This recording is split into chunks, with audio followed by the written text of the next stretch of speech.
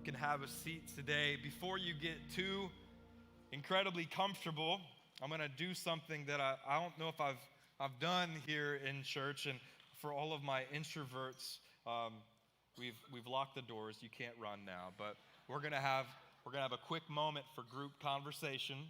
It's easy to come through these doors and to come in, to sit in a chair, and to not interact with a single soul, and then you walk out and you don't know anyone, and there's people who've been sitting next to you for like 5 years, and you still don't know their name. Today, we're going to get an opportunity to get to know some people around us. So in just a minute, just a second, I'm going to have you turn to maybe 4 or 5 people around you, and what you're going to do is you're going to introduce yourself. I'm Daniel, and you're going to answer the question that I'm going to give you. And if it doesn't matter if it's wrong or right, I just want you to be honest about the answer, okay? This is not trivia. You don't get bonus points for getting it right. I want you to give an honest answer as we talk about holiness. The question is, what's the first thing that really comes into your mind when you think about the word holy, or when you get the idea of holiness, okay? So I'm going to give you about 60 seconds. Go ahead and turn to your neighbors. Introduce yourself. Give them a high five. Shake their hand. Let's do church here today. It's going to be okay. Introverts, it's all right. Don't run. My name is so-and-so, and answer the question.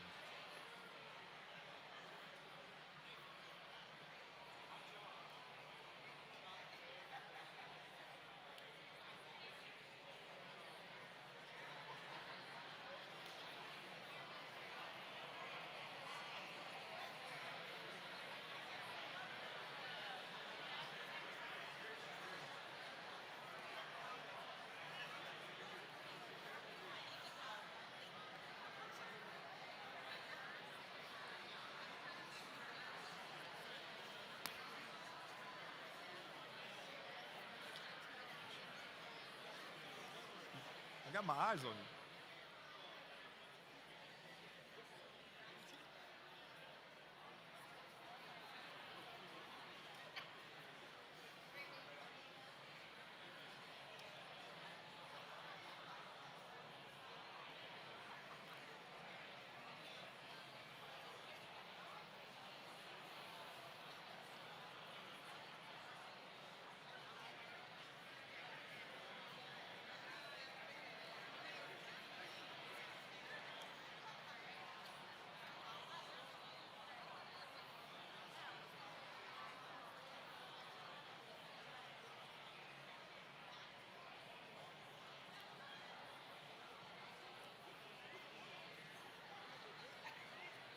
Some of y'all are preaching sermons right now.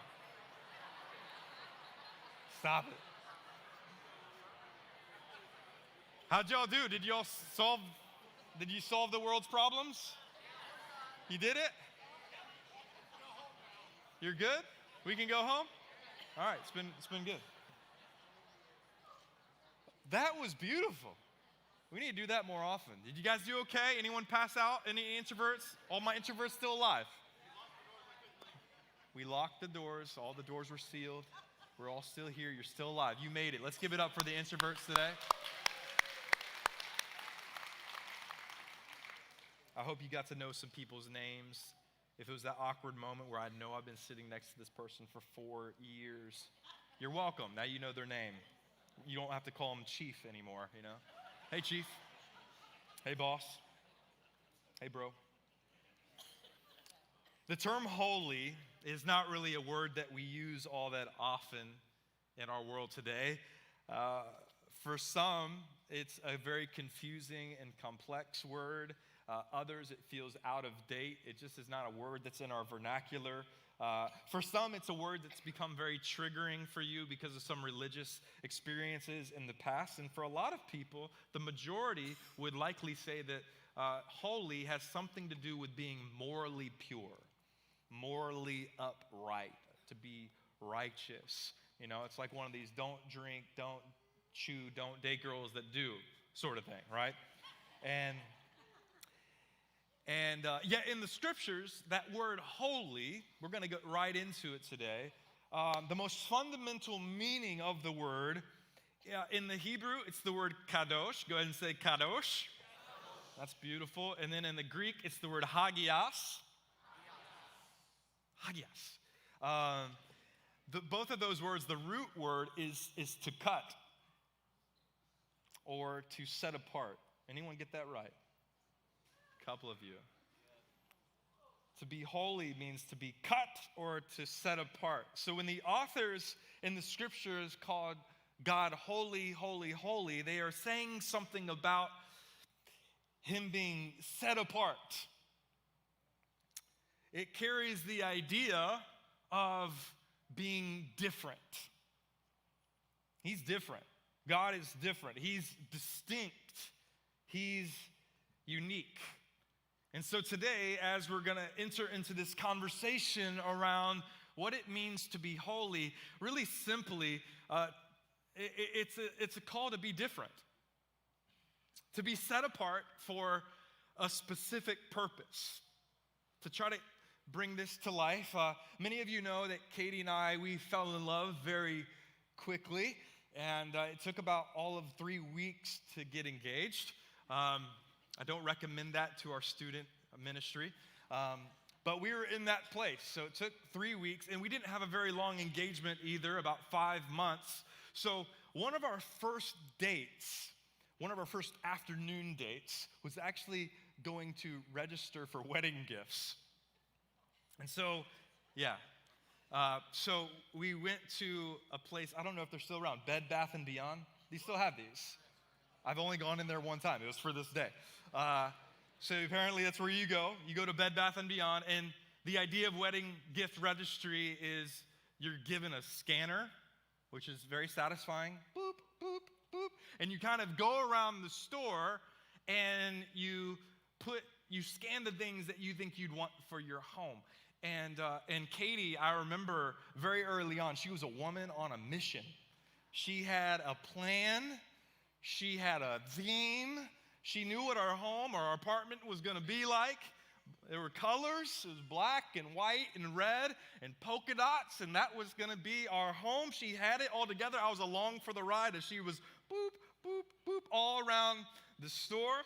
And I remember that day, she'd go through the knife area. She found a knife set. She found bath towels and hand towels, and all of it was coordinated together. And I'm really hoping that we're going to turn a corner, and the Bed Bath & Beyond would lead me into the beyond of like flat screen TVs and barbecue grills, but none of that was the case. We just kept finding shower curtains and soap dispensers, and it was all cute and lovely, but I was just sort of there. And then came a point where Katie slowed down. She got to the fine china section of the department. You guys remember fine china?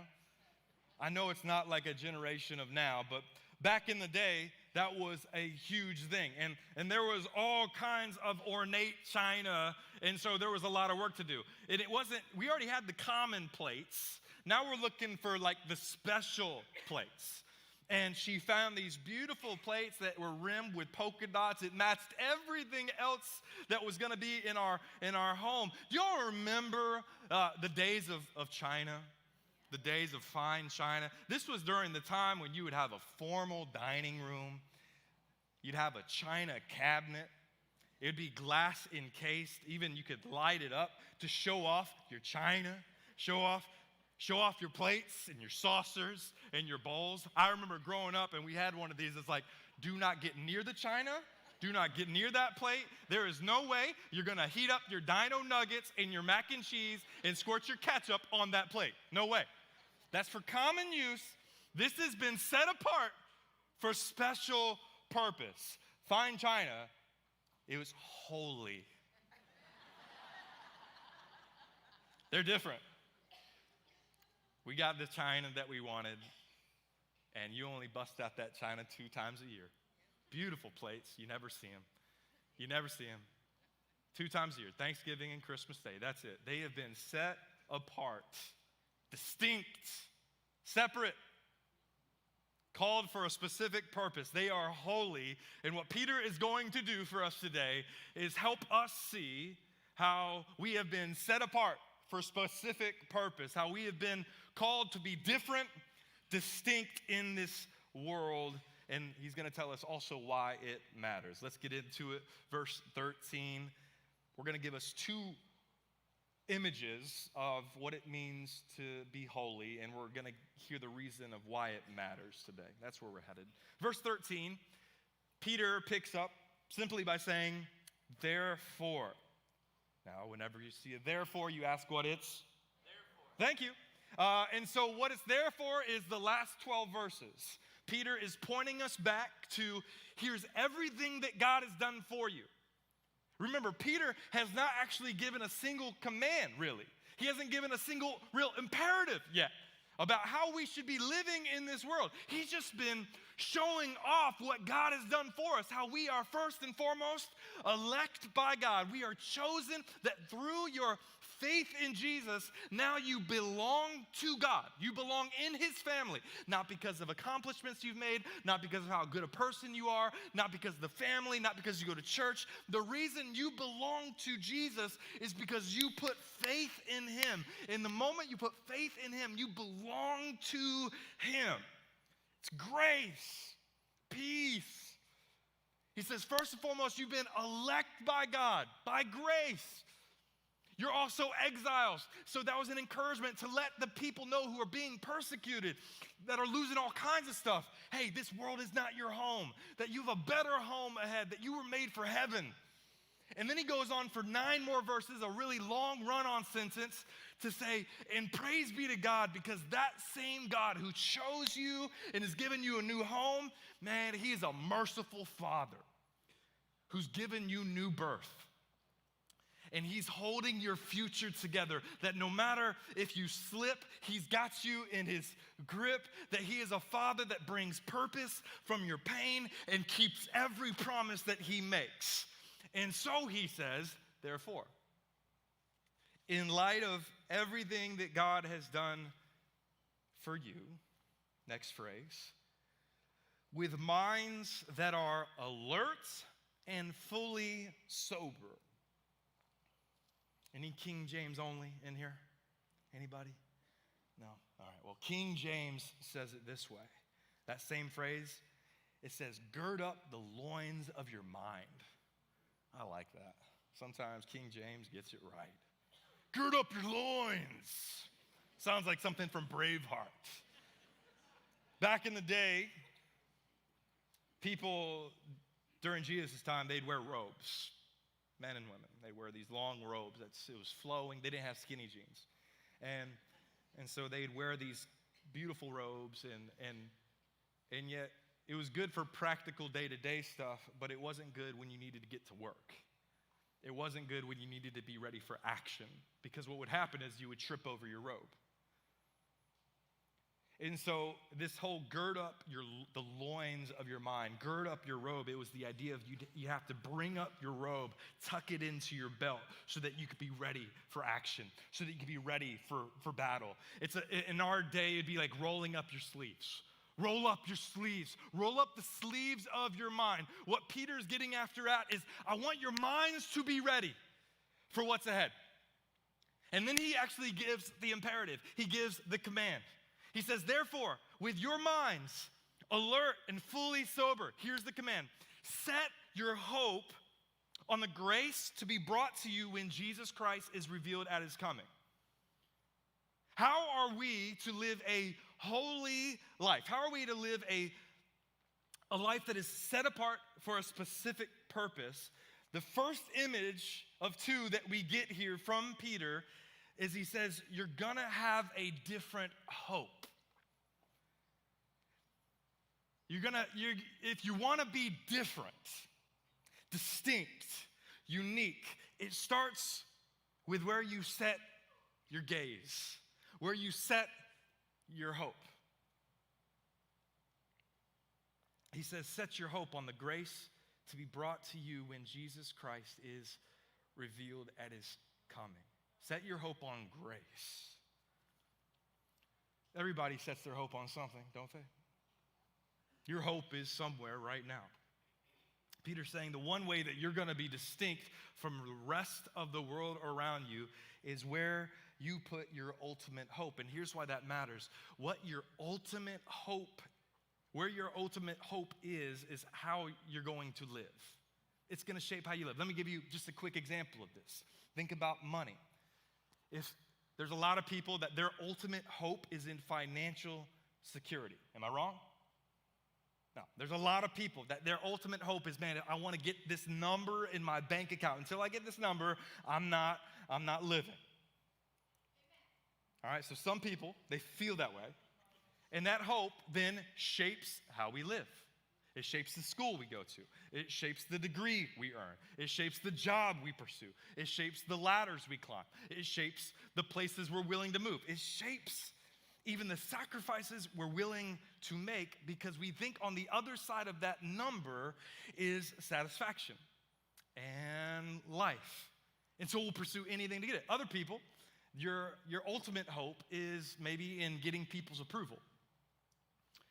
And so you'll spend your whole life trying to manage your image or control what people think about you or trying to earn people's approval, because your hope is in, on the other side of people liking me, I will find life, fulfillment, satisfaction. It can be a whole range of things that our hope is in. It might be in a relationship that you have. It could be maybe in your marriage or in your family or some goal you're trying to achieve, or being like having the best body in the world, right? And it's like on the other side of this body, I'm gonna be fulfilled, satisfied. Everyone is hoping for something. And Peter says, the way you're going to be different in this world, holy, distinct, unique, is where your hope is. It's not bad to have money. It's not bad to have a fit body. It's not bad to want people to like you. But those things are not where our ultimate hope is at. That our ultimate hope is at a fixed point beyond what this world can offer. That the ultimate hope of the Christian is set, it says, on the grace that is coming to us when Jesus Christ is revealed. He'll go on to say in verse 17 that one day, every single one of us is going to be judged by God impartially. Goes on to say in verse 18, and yet God sent Jesus, his own son, to redeem us. And so yes, we will all meet God one day. And he's going to judge everyone impartially. But the good news that we have as followers of Jesus is that because of what Jesus has done, not because of our own effort, but because of his sacrifice, that when we meet a holy God, that Jesus' holiness will be applied to us. That we will be seen as clean, that we will be seen as sons and daughters of the Most High King. And so our ultimate hope is not on things of this world. Our ultimate hope is that one day we're going to receive grace. And that Jesus is going to come back and everything that was wronged will be made right. And all of it will be worth it. There is a fixed hope beyond this world. He says, set your gaze there. You want to be different in this world. You want to be holy. It starts with a different hope. I want you to sit with this question just for a second. Where is your hope?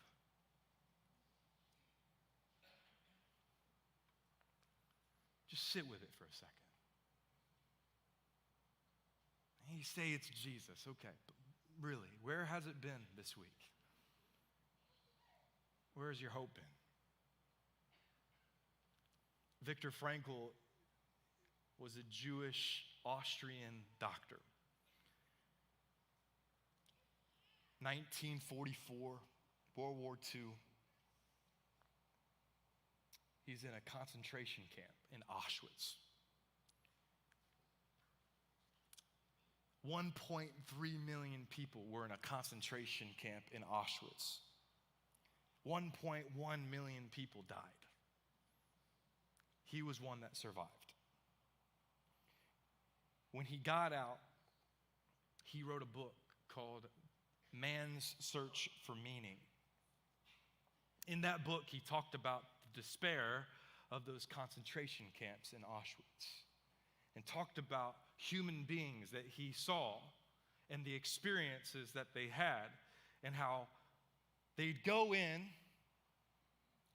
and they tried to work through it, they tried to endure, but he said it was like they fell off a cliff, that all of a sudden, one day you could see it. You could see it in people's eyes when they had given up. You could see it in people's eyes when they said, we're done. We're done trying. And it was when they lost hope that they'd get out. He then, when he got out and was around other survivors who also got out, he said, the people that survived and got out, it was because they had this hope that they were going to get their family back and that they were going to get their lives back and they were going to get their jobs back. And somehow everything that they had lost was going to be returned to them in some way. And then it didn't. Their hopes were shattered because their families were wrecked and they had lost people they loved. And their jobs were never going to be the same. And their lives were never going to be the same. And so he said there were many survivors of that 200,000 that also took their lives. He says the only ones that truly survived Auschwitz were the ones who had a fixed hope beyond this world. That was it. Because now their hope doesn't rise and fall with their circumstances. It was an anchor beyond what they experienced. What Peter is getting after at here is to a church that is being persecuted for their faith in Jesus.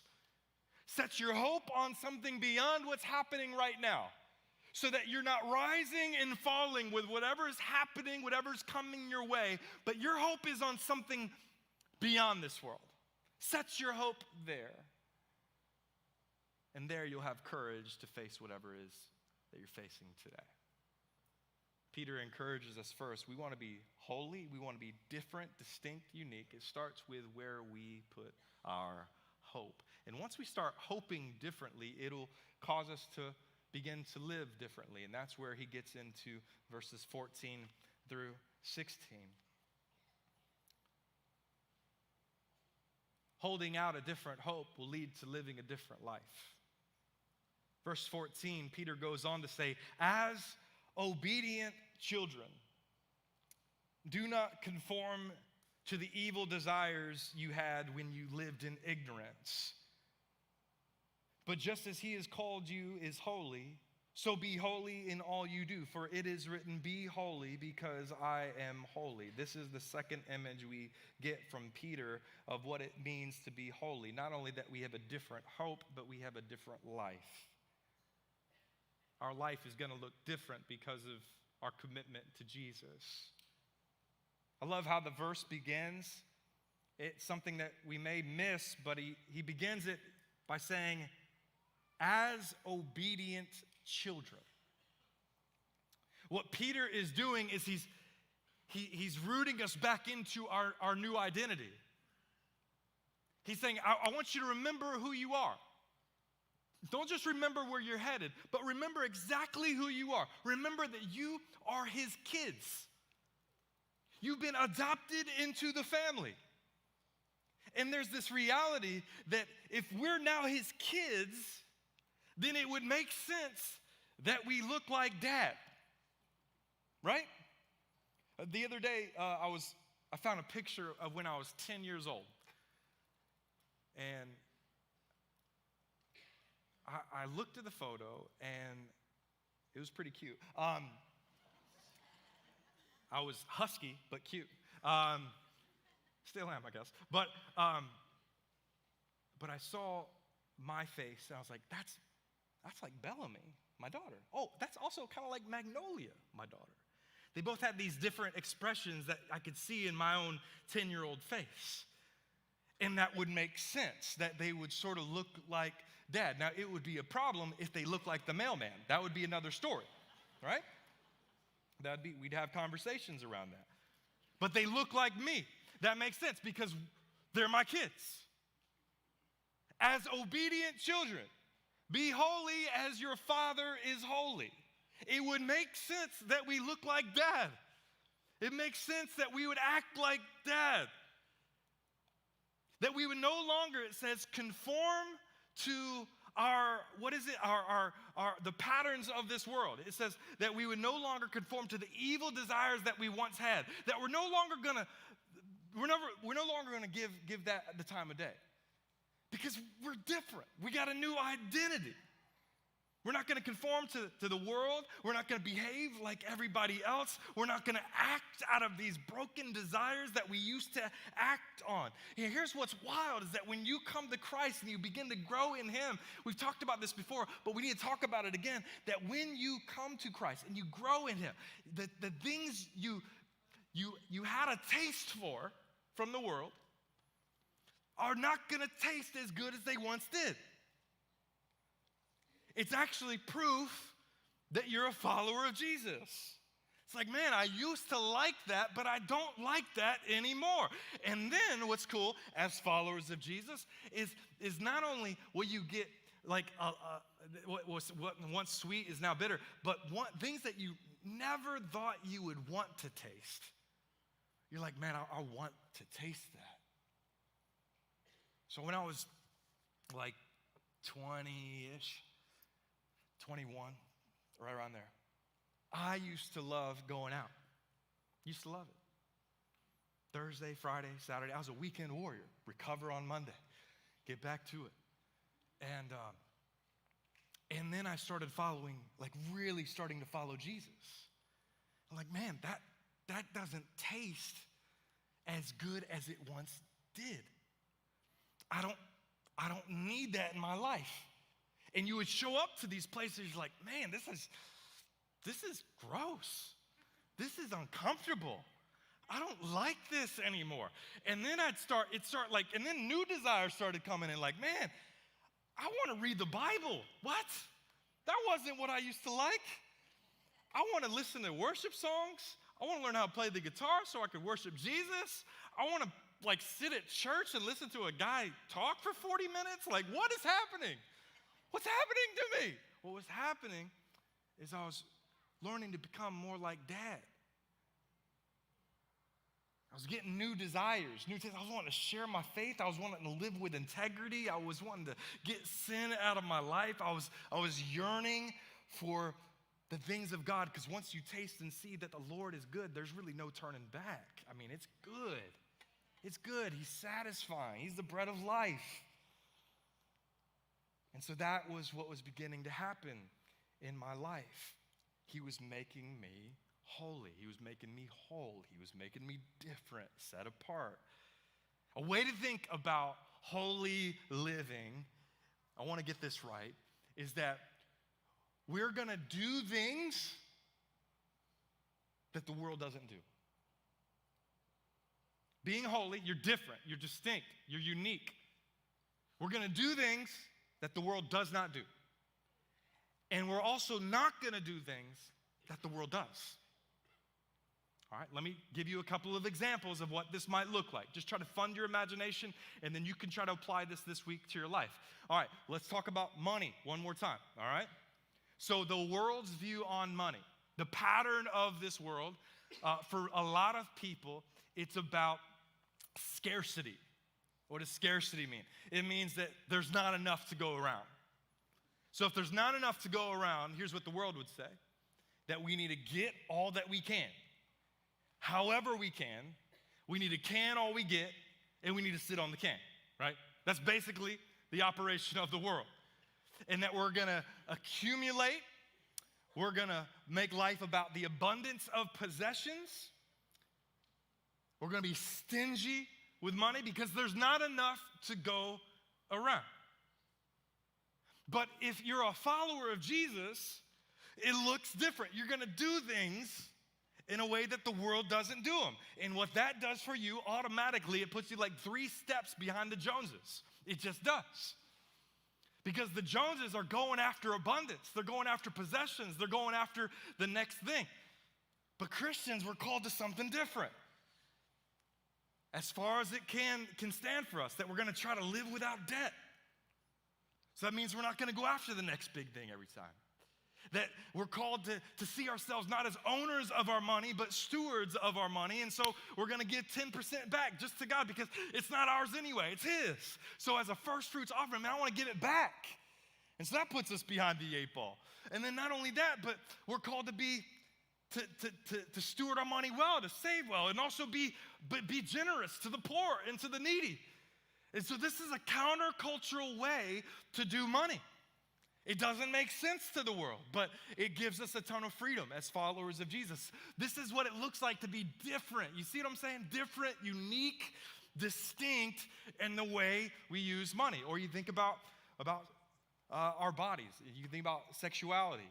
It's interesting how the world is really stingy with money, but really promiscuous with sex. And God's like, let's flip that. Let's flip it. Let's reserve sex for one man, one woman in the context of marriage, and let's be really promiscuous. Let's be really generous with our money. It would be different. It would look different. Oh, that's interesting. That's not how it normally works. Or you can talk about how we do relationships. Peter will go on to say in chapter 1, verse 22, that we ought to love one another deeply from the heart. So the way we love people is actually going to change. In our day, if someone wrongs us, the world says cancel them out, cut them out, talk garbage about them, gossip about them, make them little, burn them up. But there's a call in the scriptures for us to build each other up, to not use our words to tear down, but to build up, to love from a genuine place, to love our enemies, to bless those who persecute us. What? This is different. This is distinct. This is unique. That we would do things that no one else is doing, and we wouldn't do things that everyone else is doing. That we live different lives. But why? And this is where we'll close. Why be different? To what end do we strive to live holy lives? Flip one page over, 1 Peter chapter 2, verses 9 and 10. He's reminding us of who we are, and he's going to tell us why we do the things we do. Verse 9, he says, but you are a chosen people. You are a royal priesthood. This is who we are. You're a holy nation. You're a nation that has been set apart for a specific purpose. You're a different group of people. You are God's special possession. Why? Why holy? Why holy? So that you may declare the praises of him who called you out of darkness and into his wonderful light. Once you were not a people, but now you are the people of God. Once you had not received mercy, but now you have received mercy. The whole point of living a holy life, here it is that we would live different lives so that we can go make a difference in this world. That's the point. So that we can go declare the praises of God to the people around us. Hey, I once wasn't a person of mercy, now I received mercy, and this is what it's done for my life. Jesus would say it this way, to let your light so shine that men may see it and give praise to your Father who's in heaven. Right?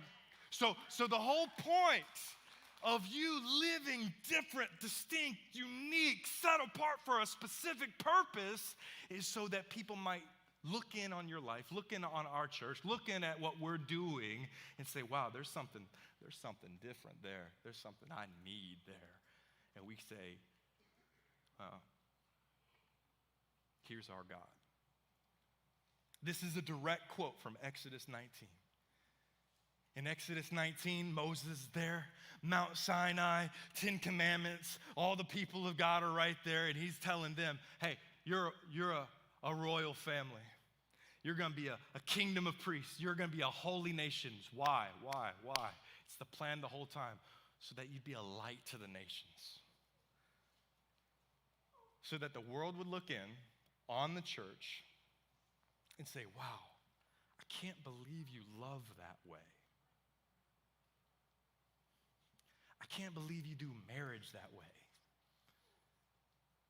I can't believe you handle conflict that way. That's different. I can't believe how much integrity you live with. How is that? Why is that? And you can then go and declare, well, once I was a person who knew no mercy, but now I have mercy. Rodney Stark is a historian, and he wrote a book called The Rise of Christianity. It's worth a read. It's brilliant. And he talks about this group of people that Peter was writing to, they actually lived this out. It wasn't just words on paper. This was lived out. They took Peter up on the call. They decided we're going to be different. And Rodney Stark, he tells the story of how does a group of maybe 3,000 followers of Jesus, where all the world powers are trying to blot it out, Caesar, religion, trying to blot out this movement of Christianity, Jesus, the way, how does it explode over a couple generations into 34 million people?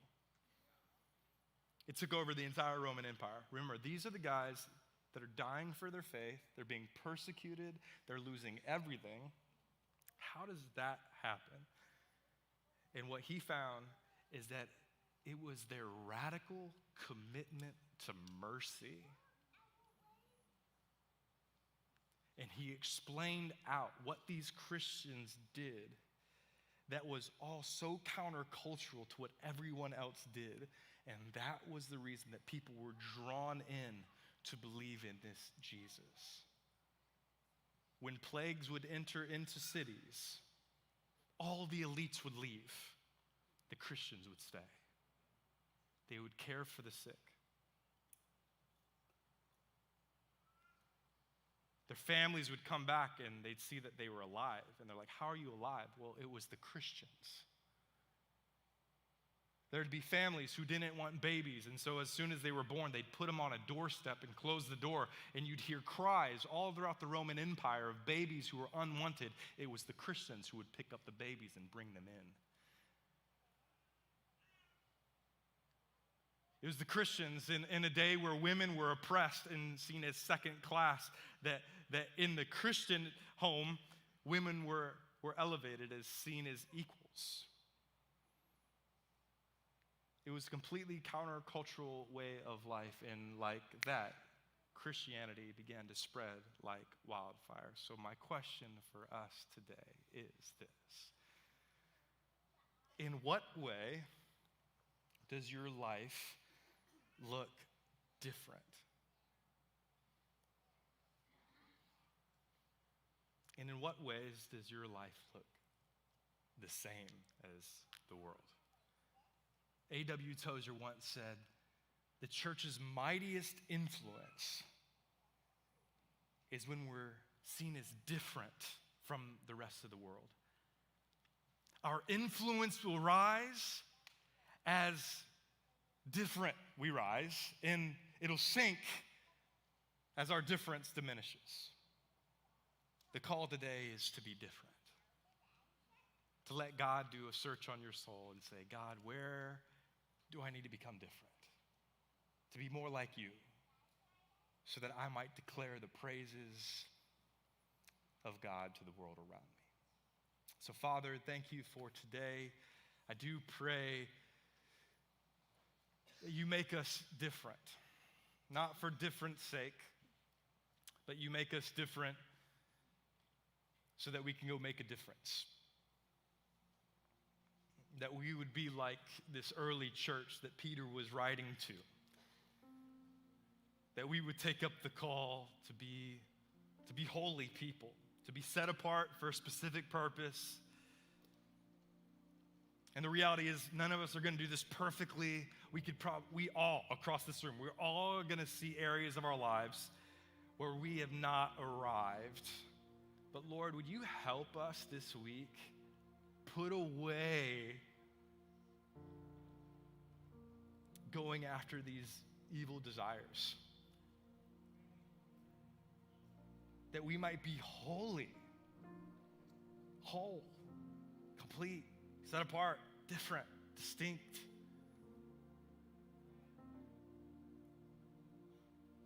Jesus, we repent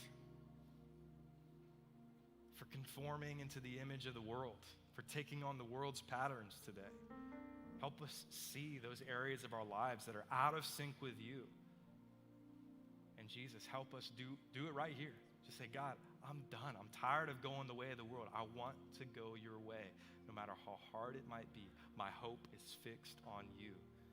And so, Jesus, would you give us the courage now to be different, to stand out, to stand up, and be a light to the nations?